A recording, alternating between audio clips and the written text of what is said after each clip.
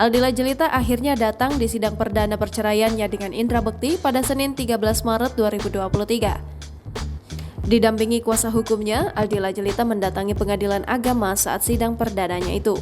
Bahkan hari ini, tepat ulang tahun Aldila Jelita yang ke-37, ia harus menghadapi perceraiannya. Meski sedang ulang tahun, Aldila Jelita tampak lemas menghadapi perceraiannya dengan Indra Bekti. Bahkan Aldila Jelita mengaku kurang tidur karena ingin menghadapi sidang gugatan cerai.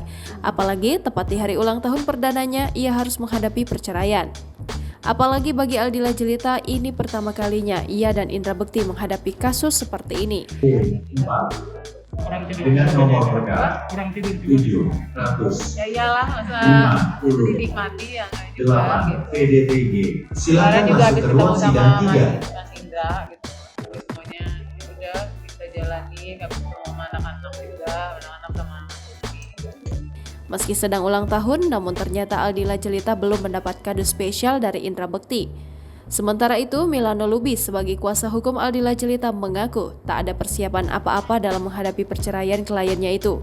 Sementara Indra Bekti tak hadir dalam sidang perdananya.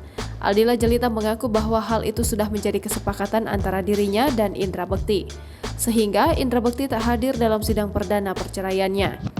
Aldila Jelita mengaku meski akan bercerai dengan Indra Bekti, namun ia tetap berkomunikasi baik dengan suaminya itu. Jangan lupa subscribe, share, komen, dan like ya!